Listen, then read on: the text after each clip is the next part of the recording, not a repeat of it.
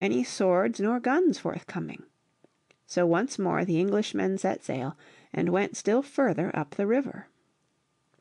Here, quite close to another village belonging to the Powhatan, they came upon 400 Indians in war paint. When they saw the Englishmen, the Indians yelled and danced, and dared them to come ashore. This the Englishmen, nothing daunted, accordingly did. The red men on their side showed no fear, but walked boldly up and down among the Englishmen, demanding to speak with their captain. So the chiefs were brought to Sir Thomas. "Why do you come against us thus?" they asked. "We are friends and brothers. Let us not fight until we have sent once again to our king to know his pleasure. Then if he sends not back the message of peace we will fight you, and defend our own as best we may."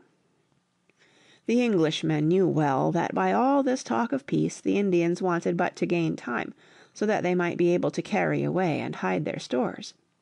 Still they had no desire to fight if by any other means they might gain their end, so they promised a truce until noon the day following. "And if we then decide to fight you, you shall be warned of it by the sounding of our drums and trumpets," they said. The truce being settled, Pocahontas's 2 brothers came on board the Englishmen's ships to visit their sister. And when they saw that she was well cared for, and appeared to be quite happy, they were very glad, for they had heard that she was ill-treated and most miserable. But finding her happy, they promised to persuade their father to ransom her, and make friends again with the Palefaces. Seeing them thus friendly, Sir Thomas suggested that Pocahontas's 2 brothers should stay on board his vessel as hostages, while he sent 2 of his company to parley with the Powhatan. This was accordingly done, and Master John Rolfe and Master Sparks set off on their mission.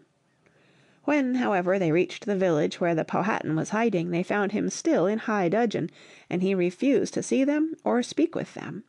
So they had to be content with seeing his brother, who treated them with all courtesy and kindness, and promised to do his best to pacify the Powhatan. It was now April, and high time for the colonists to be back on their farms sowing their corn. So with this promise they were fain to be content in the meantime. And having agreed upon a truce until harvest time, they set sail once more for Jamestown, taking Pocahontas with them. One at least among the company of Englishmen was glad that the negotiations with the Powhatan had come to nothing, and that Pocahontas had not been ransomed. That was Master John Rolfe. For Pocahontas, although a savage, was beautiful and kind, and John Rolfe had fallen madly in love with her.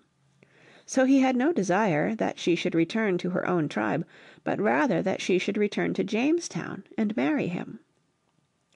Pocahontas, too, was quite fond of John Rolfe, although she had never forgotten her love for the great white chief whose life she had saved. The Englishmen, however, told her that he had gone away never to come back any more, and that very likely he was dead.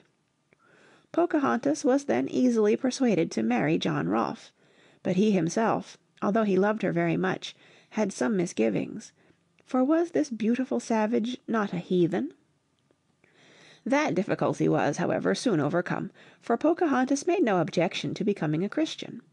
So one day there was a great gathering in the little church at Jamestown, when the heathen princess stood beside the fort, and the water of Christian baptism was sprinkled on her dark face, and she was given the Bible name of Rebecca.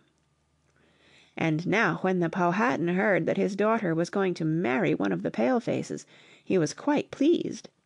He forgot all his anger and sulkiness, sent many of his braves to be present at the wedding, and swore to be the friend and brother of the Palefaces forevermore. Sir Thomas Dale was delighted, so every one was pleased, and one morning early in April 300 years ago, all the inhabitants of the country round, both red man and white, gathered to see the wedding. And from that day for 8 years, as long as the Powhatan lived, there was peace between him and his brothers, the Palefaces. End of chapter 15. Read on March 26th, 2009, in San Diego, California.